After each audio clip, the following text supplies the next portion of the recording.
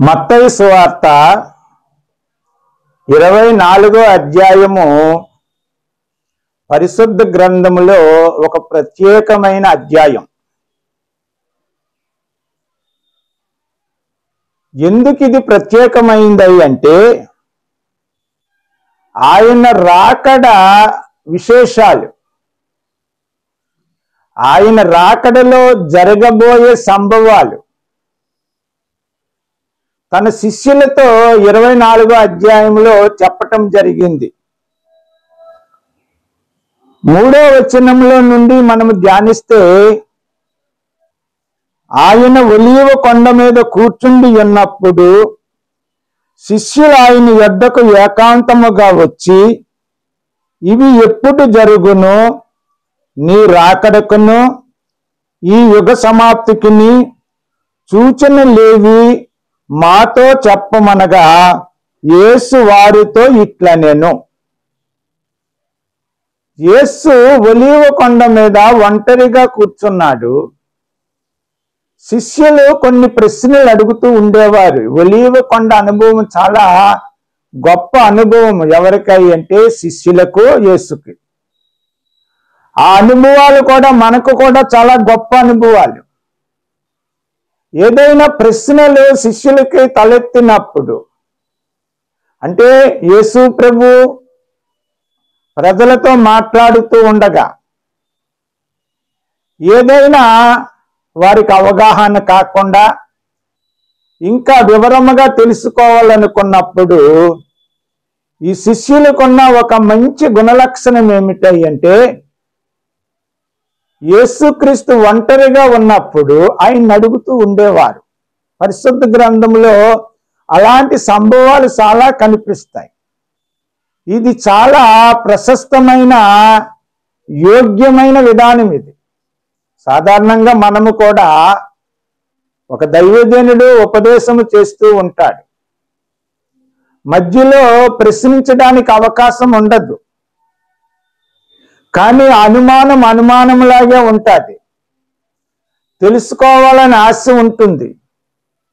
కానీ మనం ఏం చేయాలి అంటే, ఆ దైవజనుడిని వ్యక్తిగతంగా కలుసుకుని, అయ్యా మీరు ఫలానా విషయాన్ని బోధించారు కదా, నాకు సరిగా అర్థం కాలేదు, మరొక్కసారి నాతో చెప్పండి అంటే దాని గురించి పూర్తి విశ్లేషణ మనం గ్రహిస్తూ ఉంటాం.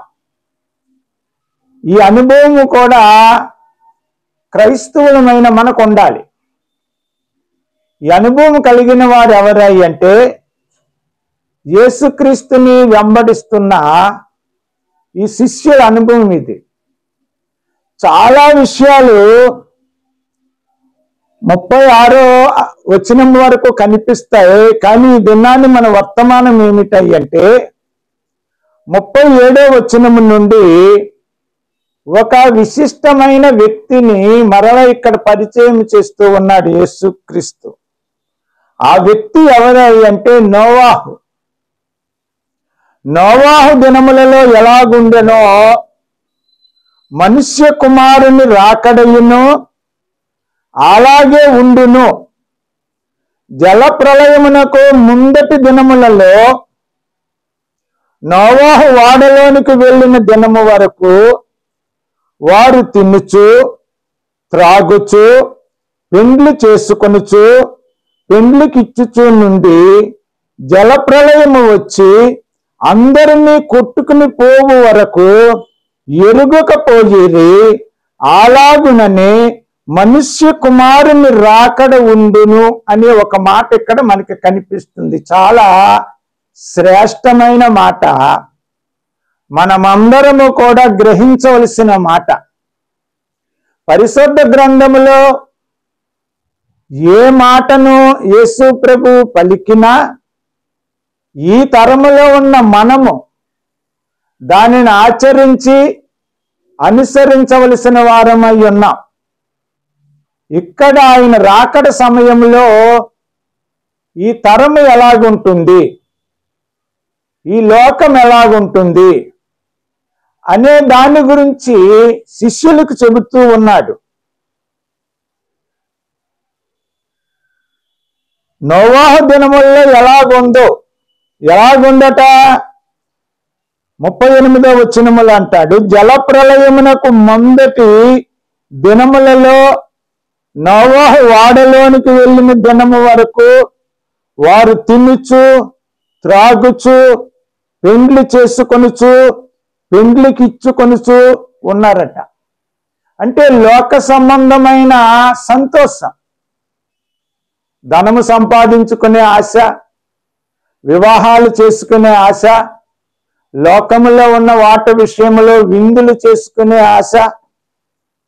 అంటే ప్రతి ఒక్కరు కూడా శరీర సంబంధమైనది ఏదైతే సంతోషాన్ని ఇస్తుందో, ఏదైతే కన్ను ఆశిస్తుందో, ఏదైతే మనస్సు ప్రేరేపిస్తుందో, నోవాహు దినముల్లోనట ఆనాటి తరము వారందరూ అలా ఉన్నారట. దానిని ఉదాహరిస్తూ ఈ తరము వారు కూడా అలాగే ఉన్నారు.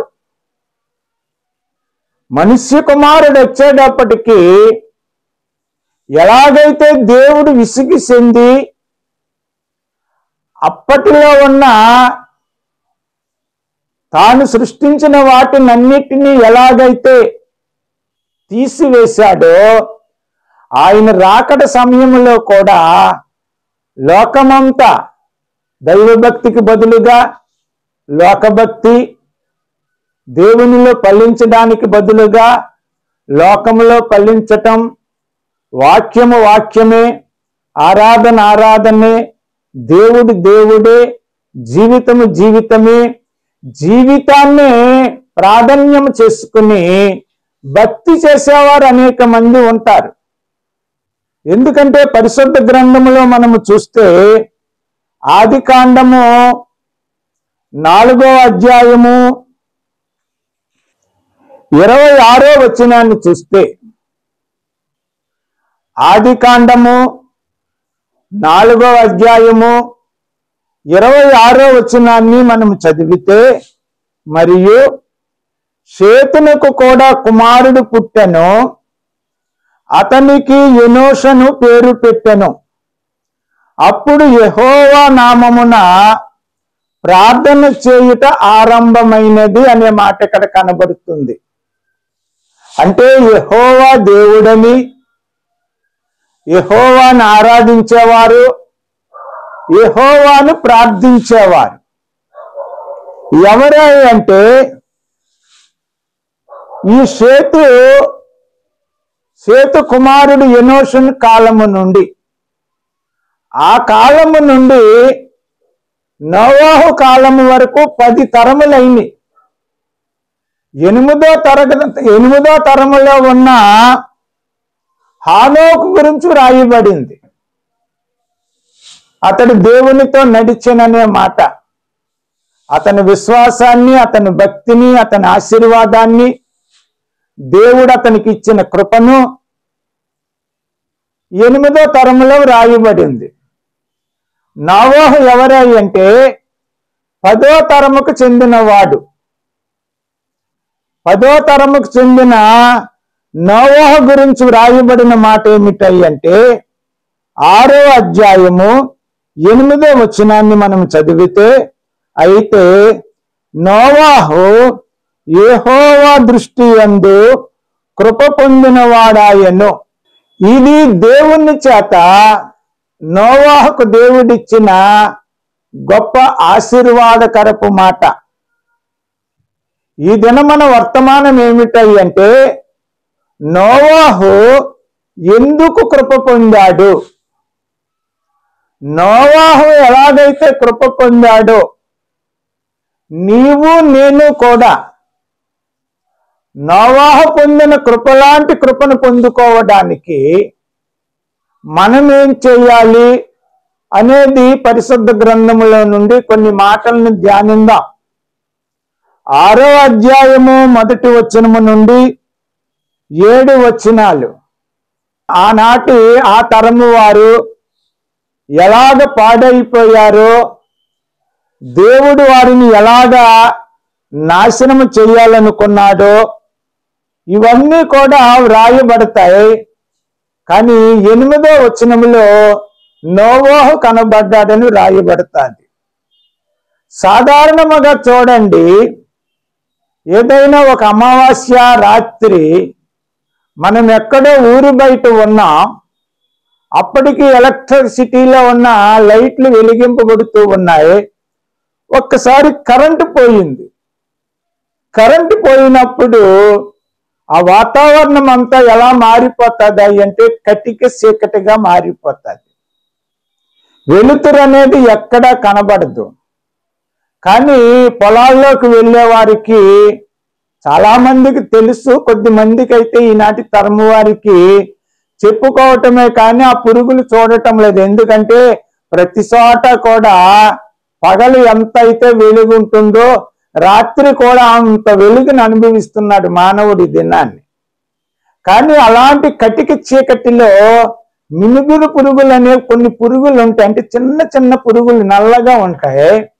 కానీ అవి ఏమవుతాయంటే వెలుగునిస్తూ ఉంటాయి, వెలుగుతూ ఆరుతూ ఉంటాయి. ఆనాటి ఆ వ్యవస్థలో, ఆ అంధకార వ్యవస్థలో ప్రజలందరూ చీకటిలో నడిచే ఆ క్రమములో ప్రతి ఒక్కరూ కూడా పాపాన్ని ఆస్వాదించే క్రమములో లోక సంబంధముగానే తప్ప దేవుని సంబంధముగా ఎవరు బ్రతకని కాలములో ఈ నోవాహు దేవుని దృష్టిలో పడ్డాడు. అందుకంటే నోవాహుని దేవుడు ఏం చేశాడు అంటే యెహోవా దృష్టి యందు కృప పొందిన వాడు ఆయననే మాట కనబడుతుంది. ఎందుకంటే ప్రియులారా, కీర్తనలు 33వ అధ్యాయము 13వ వచనాన్ని మనం చదివితే యెహోవా ఆకాశము నుండి కనిపెట్టుచున్నాడు, ఆయన నరులను దృష్టించుచున్నాడనే మాట కనబడుతుంది. ఆ కాలంలో కూడా ఆయన ఆకాశములో నుండి కనిపెడుతూ ఉన్నప్పుడు నోవాహు ఏమయ్యాడు అంటే అతని దృష్టిలోనికి వచ్చాడు. అయితే నోవాహులో ఉన్న గుణలక్షణాలు ఏమిటి? దేవుడు ఎందుకు నోవాహుకి ఆ కృపనిచ్చాడు? నోవాహు ద్వారా మరలా ఆయన సృష్టించిన ఈ సృష్టి నాశనము కాకుండా నోవాహును ఎందుకు దేవుడు ఏర్పరచుకున్నాడు అనేది పరిశుద్ధ గ్రంథములో మనము ధ్యానించినట్లయితే ఆదికాండము 6వ అధ్యాయము 9వ వచనములో ఒక మాట కనబడుతుంది. నోవాహు వంశావళి ఇదే. నోవాహు నీతిపరుడును తన తరములో నిందారహితుడినై ఉండెను. నోవాహు దేవునితో కూడా నడిచినవాడు. నోవాహు గురించి దేవుడు చెబుతున్న మాట ఏమిటంటే నోవాహు నీతిపరుడని దేవుని చేత కొనియాడింపబడ్డాడు, దేవుని చేత గుర్తింపగలిగిన వాడు. ఏ వ్యక్తినైనా నీతిమంతుడిని చెయ్యగలిగినది ఎవరై అంటే దేవుడే. నోవాహు యొక్క జీవితమును బట్టి కానీ, నోవాహు యొక్క మంచితనముని బట్టి కానీ, నోవాహు యొక్క గొప్పతనాన్ని బట్టి కానీ నోవాహు నీతిమంతుడు కాదు. కానీ దేవుడు నీతిమంతుడని ఆ చక్కటి ఒక విధముగా చెప్పాలంటే మంచి బిరుదది, దేవుని చేత మెప్పు పొందిన బిరుదు. మరి నూతన నిబంధనలో యేసు ప్రభు ఈ లోకంలోనికి వచ్చి ఆకాశానికి భూమికి మధ్యన వేలాడి మానవాళి పాపములందరి నిమిత్తము రుధిరమును కార్చి ఆ రుధిరములో ఎవరైతే కడగబడ్డారో, కడగబడడానికి ఆధారం ఏమిటంటే మారు మనస్సు. ఎవరైతే మారు మనస్సు పొంది ఆ రుధిరములో కడగబడ్డారో పరిశుద్ధ గ్రంథం ఏమంటుంది అంటే వారిని నీతిమంతులుగా పరిగణిస్తూ ఉంది. మన క్రియలను బట్టి, మన గొప్పతనాన్ని బట్టి కాదు, కానీ మన విశ్వాసమును బట్టి, విశ్వాసముతో దేవుణ్ణి మనం అనుసరిస్తున్న విధానమును బట్టి, విశ్వాసముతో దేవునిలో మనము కలిగిన విధానమును బట్టి లేఖనం ఏం చెబుతుంది అంటే నీతిమంతులు అంటుంది. అందుకే పౌలు భక్తుడు కొరింథీ సంఘానికి రాస్తూ అంటున్న మాట, సంఘమును ఎలా వర్ణిస్తున్నాడు అంటే పరిశుద్ధుల గుంపని వర్ణిస్తూ ఉన్నాడు. ఈ నోవాహులో ఉన్న దేవుడు మెచ్చుకునే మాట ఏమిటంటే విశ్వాసము కలిగిన వాడు, అనగా దేవుని అనుసరిస్తున్నవాడు, దేవుని మాటను నెరవేరుస్తూ ఉన్నవాడు. అందుకని దేవుడే నోవాహును ఏమంటున్నాడు అంటే నీతిమంతుడు అంటున్నాడు. రెండో మాట మనము చూస్తే తన తరములో, అంటే లోకమంతా పాడైపోయింది, ఎవ్వరూ కూడా దేవునికి ఇష్టలుగా లేరు. తాను లోకమును సృజించినందుకు పశ్చాత్తాపపడ్డాడు, పూర్తిగా దాన్ని తొలగించాలనుకున్నాడు. కానీ నోవాహు ఏమయ్యాడంటే నిందారహితుడని రాయబడింది. నిందారహితుడు అంటే అర్థం ఏమిటంటే లోకములో ఎవ్వరూ కూడా మనల్ని ఏం చేయకూడదు అంటే నిందించకూడదు. ఇతను అలాగా, ఇతను ఇలా మాట్లాడాడు, ఇతను ఇలా చూశాడు, ఇతను ఫలానా చోట మేము చూసాం, ఇలాగా పరిశుద్ధ గ్రంథంలో మనం అనుసరిస్తూ ఉన్నాం, యేసు ప్రభువుని వెంబడిస్తున్నాము కనుక వాక్యానికి విరుద్ధముగా లోకములో నువ్వు ఏది చేసినా కానీ ఖచ్చితంగా నింద వేస్తారు నీ మీద. కానీ నోవాహు ఏమయ్యాడు అంటే వాక్యానుసారముగా జీవిస్తున్నప్పుడు లోకము ఎలాగైతే నింద వేయదో, ఎవరు కూడా నింద వేయలేదు. లోకములో ఎప్పుడు నిందారహితుడిగా ఉన్నామో దేవునిలో కూడా మనము నిందారహితులుగా ఉంటాం. మూడోది మనము చూస్తే నోవాహు దేవునితో కూడా నడిచిన వాడు.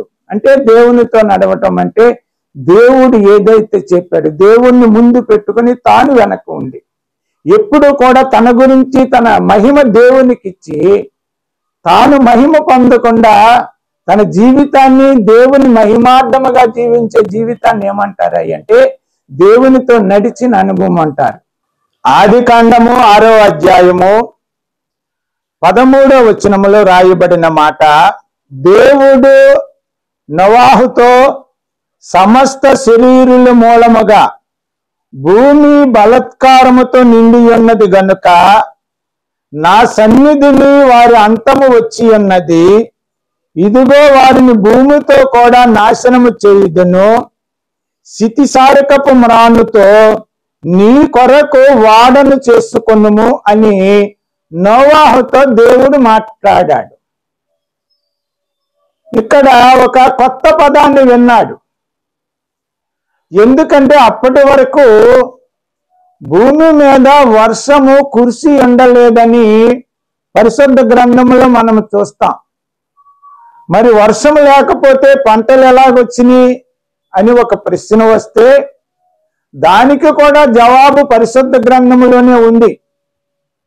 ఆదికాండము 2వ అధ్యాయములో మానవుణ్ణి చేయడానికి అక్కడ రాయబడిన మాట ఏమిటంటే భూమి ఆవిరి పైకి లేచింది, మట్టిని బురద చేసింది, ఆ మట్టితో మానవుణ్ణి చేశాడు.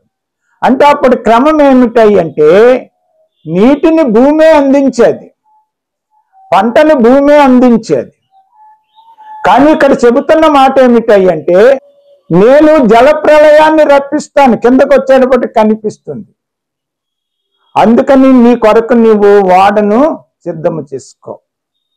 అలాగేనయ్యా, మరి వాడ ఎలా చేయాలి? నీవు ఇక శితిసారపు మానంటున్నావు, మరి అందులో ఇక ఏది ఇతర జాతి మానేమి కలవకూడదా? అంతా కలప దొరకాలంటే కష్టము కదా అని అడిగాడు. ఇక అందులో ఏది కూడా చేర్చడానికి వీల్లేదు, శితిసారపు మ్రానుతో మాత్రమే వాడను తయారు చేసుకో. ఎందుకంటే మిగిలిన ఏ కలపైనా చాలా కాలము నీటిలో ఉండిపోవాలి. అందుకని అదేమవుతుంది అంటే చీకిపోతుంది గనక ఈ శితిసారపు కర్ర ఏమవుతుంది అంటే నీటిని పీల్చుకోదు, పాడవ్వదు. అందుకని అదే కర్రతో నీవు దాన్ని తయారు చేసుకో. మరి ఎలా తయారు చేయాలయ్యా అని మరలా ప్రశ్న వేశాడు. అందుకని 15వ వచనంలో చెబుతున్న మాట, అంటే 14వ వచనములో, చితిసారపు మానుతో నీ కొరకు వాడను చేసుకొనము, అరలు పెట్టి ఆ వాడను చేసి లోపటను వెలుపటను దానికి కీలు పోయవలను అనే మాట ఇక్కడ కనబడుతుంది. మరలా ఈ కీలనే మాట మోషేను జమ్ము పెట్టెలో పెట్టినప్పుడు కీలును పూసినట్లుగా అక్కడ మనకి కనపడుతూ ఉంది. లోపట బయట కీలు పూసినప్పుడు కీలు ఏం చేస్తుంది అంటే నీటిని లోనికి రానివ్వదు. అందుకని ఒక విధానాన్ని చెప్పిన తర్వాత దాని కొలతలు చెబుతూ ఉన్నాడు. దాని కొలతలు ఏమిటాయి అంటే 15వ వచనంలో, నీవు దాన్ని చేయవలసిన విధం ఇది, ఆ వాడ 300 మూరల పొడుగును ఉండాలి అంటున్నాడు. అంటే దాని పొడుగు ఎంత అంటే 300 మూరలట. మూర అంటే 18 అంగుళాలు. అందుకని 300 మూరలంటే మనము అడుగుల లెక్కలోనికి వస్తే 450 అడుగులు పొడుగు ఉండాలి. దాని వెడల్పు గురించి చెబుతూ ఉన్నాడు, 50 మూరల వెడల్పు ఉండాలి.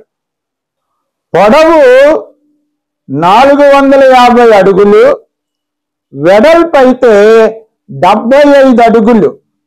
అంటే మూడో దాని గురించి కూడా చెప్పాడు, దాని ఎత్తు గురించి. దాని ఎత్తు ఎంత ఉండాలి అంటే 30 మూరలు ఉండాలి, అంటే 45 అడుగులు. పొడవు 450 అడుగులు, వెడల్పు 75 అడుగులు, ఎత్తు 45 అడుగులు. దీని వైశాల్యం ఎంత ఉంటుంది అంటే, సాధారణంగా మనము గూడ్స్ రైళ్లు చూస్తూ ఉంటాము కదా. ఏదైనా ఒక స్టేషన్లో ట్రైన్ కోసము వెయిట్ చేస్తూ ఉన్నప్పుడు ఏదైనా ఒక గూడ్స్ వెళుతూ ఉంటే కూర్చున్న వారు ఏం చేస్తారు అంటే ఆ గూడ్స్కి ఎన్ని పెట్టెలు ఉన్నాయో లెక్కిస్తూ ఉంటారు. 40 ఉన్నాయని, 50 ఉన్నాయని, 60 ఉన్నారని.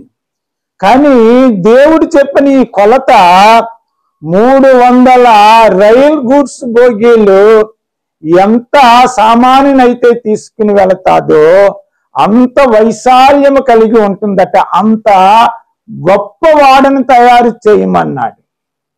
ఎందుకంటే అందులో 7,000 రకాల జీవరాశుల్ని ఉన్నవట.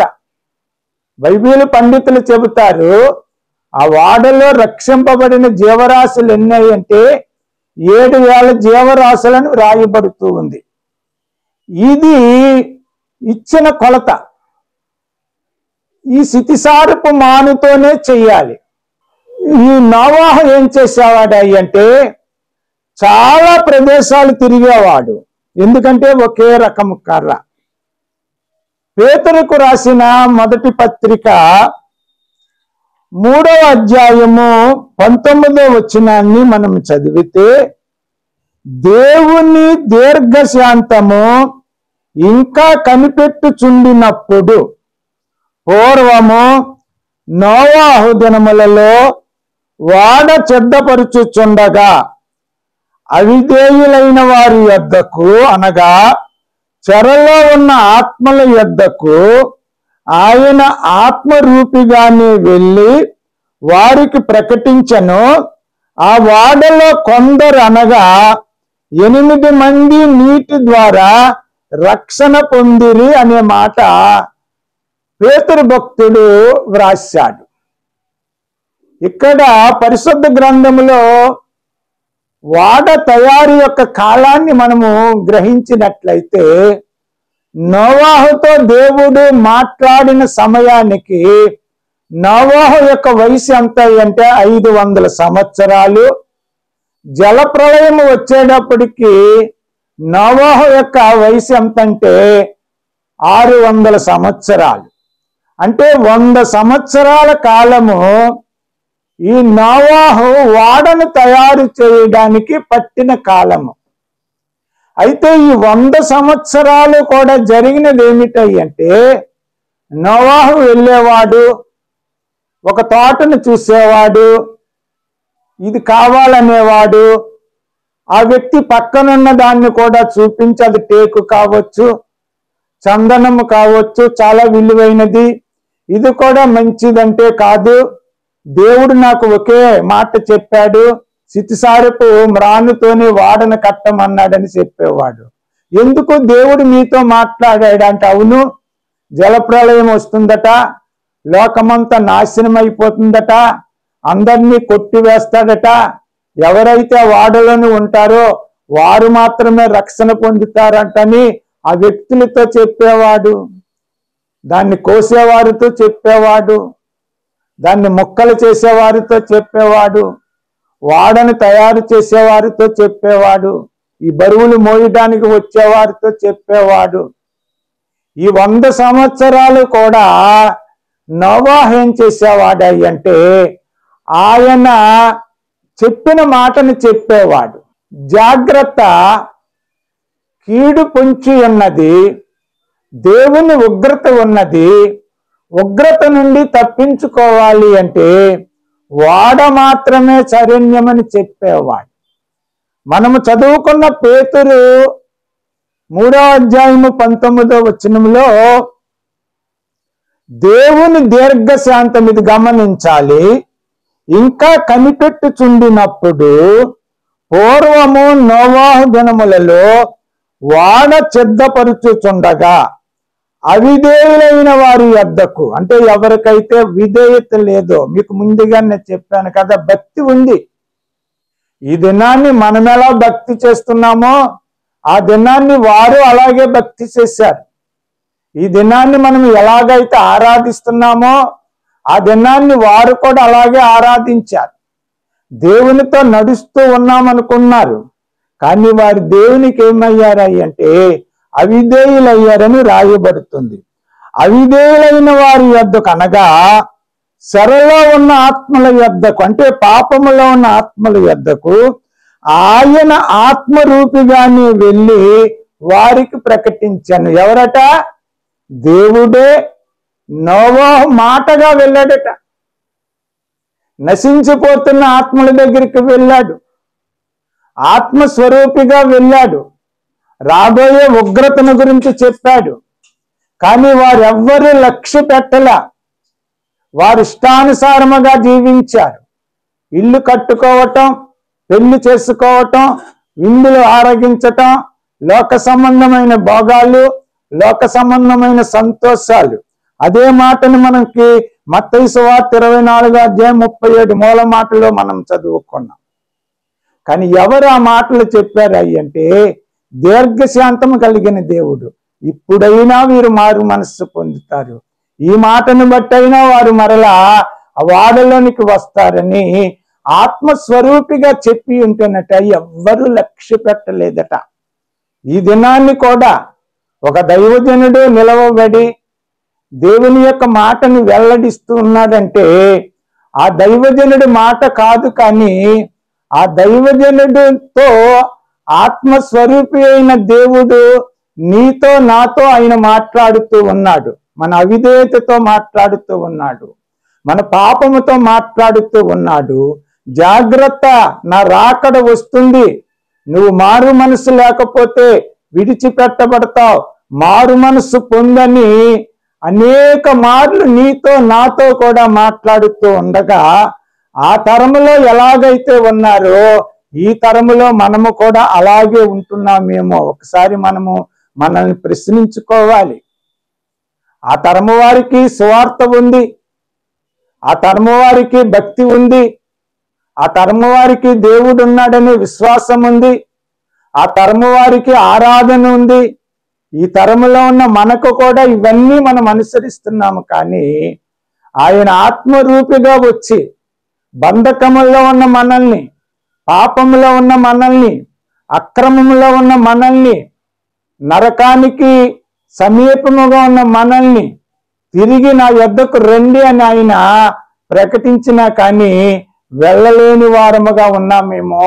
మనల్ని మనం ఒకసారి పరిశీలన చేసుకోవాలి. చివరిగా ఒక మాటను చదువుకుని వాక్య భాగాన్ని ముగించుకుందాం. హెబ్రీయులకు రాసిన పత్రిక 11వ అధ్యాయము 7వ వచనములో, విశ్వాసమును బట్టి నోవాహు అది వరకు చూడని సంగతులను గూర్చి దేవుని చేత హెచ్చరింపబడి భయభక్తులు గలవాడై తన ఇంటి వారి రక్షణ కొరకు ఒక వాడను సిద్ధము చేసెను. అందువలన అతడు లోకము మీద నేరస్థాపన చేసి విశ్వాసమును బట్టి కలుగు నీతికి వారసుడాయననే మాట ఇక్కడ కనబడుతుంది. మరి నువ్వేమి చెబుతావు ఈ సమయంలో? ఈ లేఖనాలను వింటున్నాం, చాలా బాగుంది, చాలా బాగా చెప్పారని ఒకవేళ బాగున్నది అనే మాట గురించి వెళ్ళిపోతే ఈ వర్తమానం మనకెవ్వరికి ఉపయోగం కాదు. కానీ నీవు ఏ క్రమంలో ఉన్నా, నోవాహు కాలంలో ఎలాగైతే దేవుని ఎరిగి ఉన్నామని మోసపోయారో, వారందరూ ఎలాగైతే దేవుని యొక్క ఉగ్రతకు లోనయ్యారు, ఒకవేళ నీవు నేను కూడా దేవుణ్ణి నేను ఎరిగి ఉన్నానని ఒకవేళ మోసపోతున్నావేమో, అపవాది నిన్ను నన్ను మోసం చేస్తూ ఉన్నాడేమో. అందుకని ఆయన రాకడ సమీపముగా ఉన్నది గనక ఆయన రాకడ వచ్చే సమయానికి లోకం ఎలాగుంటుందో ఆయన చెప్పాడు. ఈ దినాన్ని లోకాన్ని మనం చూసినట్లయితే, వాక్యమును దగ్గర పెట్టుకుని లోకాన్ని మనం పరిశీలన చేసినట్లయితే, ఈ దినము కూడా లోకము నోవహు కాలంలాగే ఉంది. అందుకని ఆ కాలంలో ఉన్న మనము ఆ కాలము వారి వలె నశించకుండా యేసుక్రీస్తు యొక్క రక్త తర్పణ ద్వారా విమోచింపబడిన మనము, ఆయన ఇచ్చిన వాగ్దానము నిత్యత్వంలోనికి వెళ్ళాలి అంటే లోక సంబంధమైన విడిచిపెట్టాలి, ఆత్మ సంబంధమైన ఆశీర్వాదాలు కావాలని ఆయన అడిగినట్లయితే ఆయన మనకు పరిపూర్ణంగా ఇవ్వడానికి ఇష్టపడుతూ ఉన్నాడు. చిన్న ప్రార్థన. స్తోత్రము తండ్రి, అయ్యా నోవాహు యొక్క నా నాయన చరిత్ర ద్వారా ఎన్నో విషయాలు నా నాయన నా తండ్రి నీ దాసుని నోటను ప్రభువా ఆత్మస్వరూపిగా ఉండి మాతో మాట్లాడావు. దానిని బట్టి మీకు వందనాలు. విత్తబడి నీ మాటలు నా నాయన విన్నవారి హృదయంలో నీరు కట్టి పల్లింప చేయమని యేసు నామముని బట్టి వేడుకొనుచున్నాము తండ్రి. అందరికీ వందనాలమ్మా. దేవుడు మనల్ని బహుగా దీవించి ఆశీర్వదించును గాక.